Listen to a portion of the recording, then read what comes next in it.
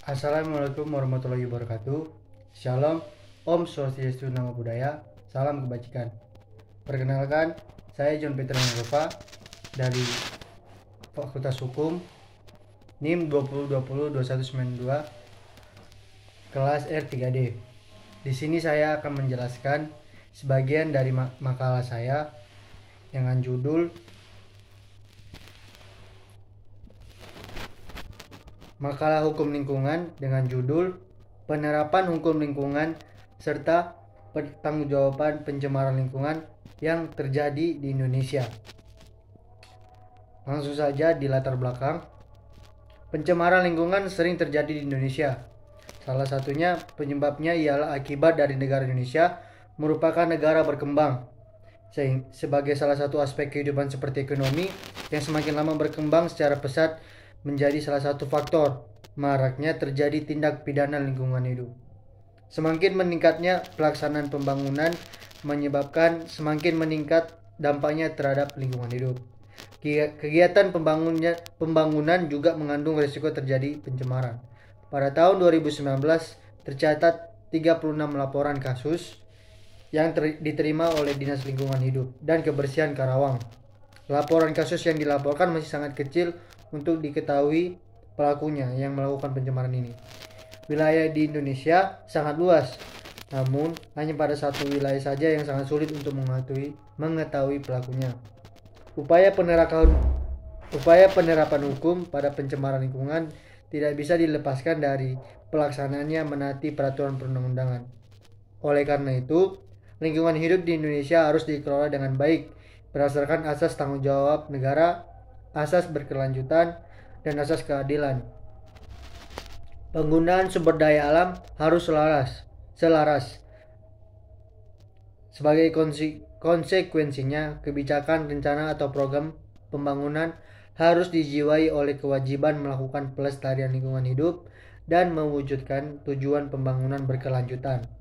Pembangunan merupakan upaya sadar dan terencana dalam mengelola SDA atau sumber daya alam untuk meningkatkan kesejahteraan dan mutu hidup masyarakatnya.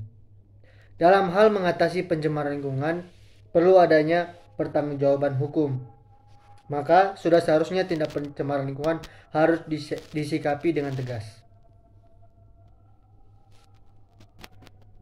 Selanjutnya kita masuk ke dalam rumusan masalah. Pertama ialah apa yang dimaksud dengan hukum lingkungan. Kedua, apa yang dimaksud dengan pencemaran lingkungan. Ketiga, apa jenis-jenis pencemaran lingkungan. Keempat, apa tingkatan dari pencemaran lingkungan.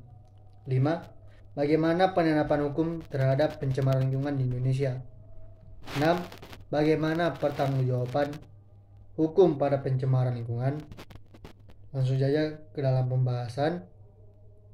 Pengertian hukum lingkungan manusia ialah manusia tumbuh dan berkembang bersama lingkungan sekitarnya. Setiap interaksi manusia baik sesama manusia dan dengan lingkungan akan memberikan dampak bagi lingkungan baik positif maupun negatif. Oleh karena itu, dirancang sebuah aturan hukum untuk mengatur keseimbangan manusia dan lingkungan tempat tinggalnya. Oleh karena itu, hukum lingkungan mengatur pola lingkungan beserta semua perangkat dan serta kondisi bersama manusia yang berada dalam dan mempengaruhi lingkungan tersebut. Menurut Profesor Gatot Sumartono, hukum lingkungan adalah keseluruhan peraturan yang mengatur tentang tingkah laku orang, tentang apa yang seharusnya dilakukan terhadap lingkungan.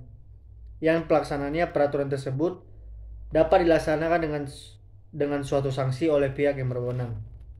Hukum lingkungan merupakan terjemahan dari istilah environmental law dalam bahasa Inggris, Milieurecht dalam bahasa Belanda, yang sama-sama mempunyai makna yaitu hukum yang mengatur tatanan lingkungan yang ada di sekitar manusia. Hukum lingkungan menurut Sujono adalah hukum yang mengatur tatanan lingkungan hidup, di mana lingkungan mencakup semua benda dan kondisi, termasuk dalam manusia, berada dan mempengaruhi kelangsungan hidup serta kesejahteraan manusia dan jasa-jasa hidup di lainnya.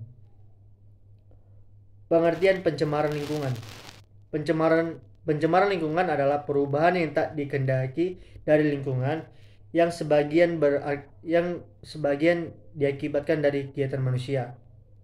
Perubahan ekosistem atau habitat dapat berubah-ubah fisik, kimia, atau perilaku biologis yang akan mengganggu kehidupan manusia, spesies, biota bermanfaat, proses-proses industri, kondisi kehidupan, dan aset kultural. Selain itu, perubahan ekosistem akibat kegiatan manusia yang merusak atau mengaburkan secara sia-sia sumber daya yang di alam akan mengakibatkan kegiatan manusia yang lain yang terhambat di alam pencemaran lingkungan. Atau maksudnya yaitu masuknya atau dimasukkannya makhluk hidup, zat energi, dan atau komponen lain ke dalam lingkungan hidup oleh kegiatan manusia sehingga kualitas lingkungan menurun sampai tingkat tertentu yang menyebabkan lingkungan hidup tidak dapat berfungsi sesuai dengan peruntukannya. Selanjutnya, jenis-jenis pencemaran lingkungan. Berdasarkan jenisnya, pencemaran lingkungan terbagi atas 1. Pencemaran udara. Pencemaran udara yaitu pencemaran udara dapat berupa gas dan partikel. Contohnya seperti gas H2. Kedua ialah pencemaran air, yaitu polusi air dapat disebabkan oleh beberapa jenis pencemar sebagai berikut, yaitu pembuangan limbah industri, sisa insektisida, dan pembuangan sampah domestik. Misalnya sisa deterjen yang mencemari air. Ketiga ialah pencemaran tanah. Pencemaran tanah disebabkan oleh beberapa jenis pencemaran berikut ini. Sampah-sampah plastik yang sukar hancur, botol, karet sintesis, pecahan kaca, dan kaleng. Keempat, pencemaran suara. Polusi suara disebabkan oleh suara bising kendaraan bermotor, kapal terbang, deru mesin pabrik, radio atau tape recorder yang berbunyi keras sehingga mengganggu pendengaran. Selanjutnya, tingkat pencemaran lingkungan berdasarkan tingkat pencemarannya dibedakan menjadi 3, yaitu pencemaran yang mulai mengakibatkan iritasi atau gangguan ringan. Kedua ialah pencemaran yang sudah mengakibatkan reaksi fatal pada tubuh dan menyebabkan sakit yang kronis. Ketiga, pencemaran yang kadar zat-zat pencemarnya demikian besarnya sehingga menimbulkan gangguan dan sakit atau kematian dalam lingkungan, misalnya pencemaran nuklir. Selanjutnya kita masuk ke dalam penerapan hukum lingkungan terhadap pencemaran lingkungan. Salah satu peraturan yang dikeluarkan oleh pemerintah Indonesia adalah Undang-Undang Nomor 32 Tahun 2009 tentang Perlindungan dan Pengelolaan Lingkungan Hidup atau singkatannya PPLH.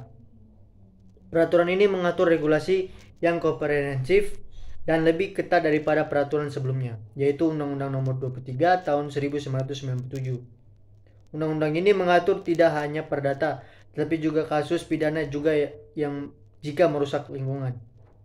Undang-undang ini juga mengatur secara sistematis mengenai pengelolaan lingkungan mulai dari perencanaan, instrumen pengendalian, hingga sanksi hukum. Undang-Undang Nomor 32 Tahun 2009 memiliki beberapa jenis instrumen lingkungan. Jenis penegakan instrumen tersebut antara lain: 1.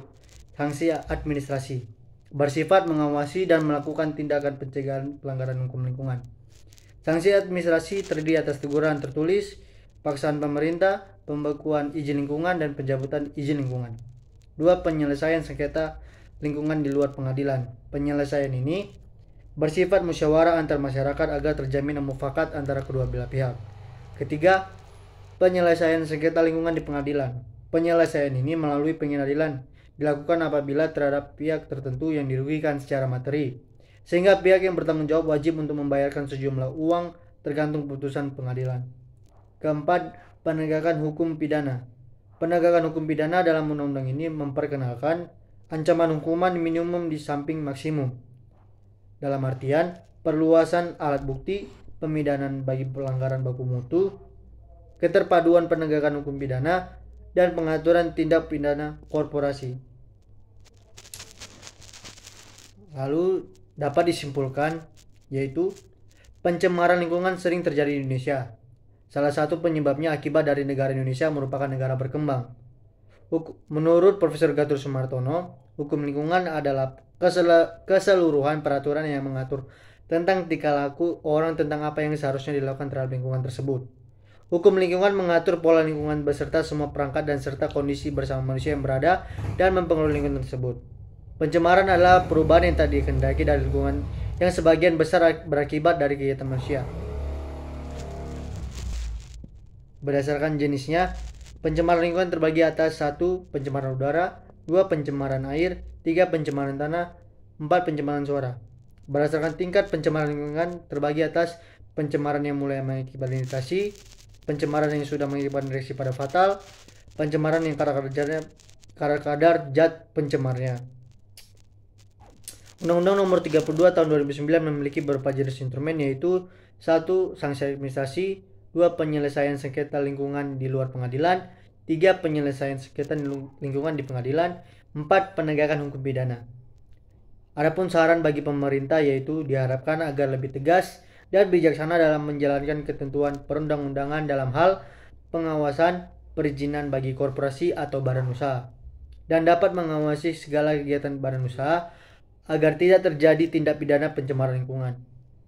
Bagi penegak hukum agar lebih tegas lagi dalam memberikan sanksi pidana terhadap badan usaha agar tercapainya asas kemanfaatan berupa efek jerak bagi pelaku tindak pidana pencemaran lingkungan hidup tersebut. Dan tegas juga dalam menuntut pertanggungjawaban terhadap korporasi demi terlaksananya perbaikan terhadap dampak dari tindak pidana pencemaran lingkungan hidup. Sekian dari saya. Dengan ini saya akhiri dengan ucapan terima kasih. Wassalamualaikum warahmatullahi wabarakatuh. Shalom. Om Santi Santi Santi. Namo Buddhaya.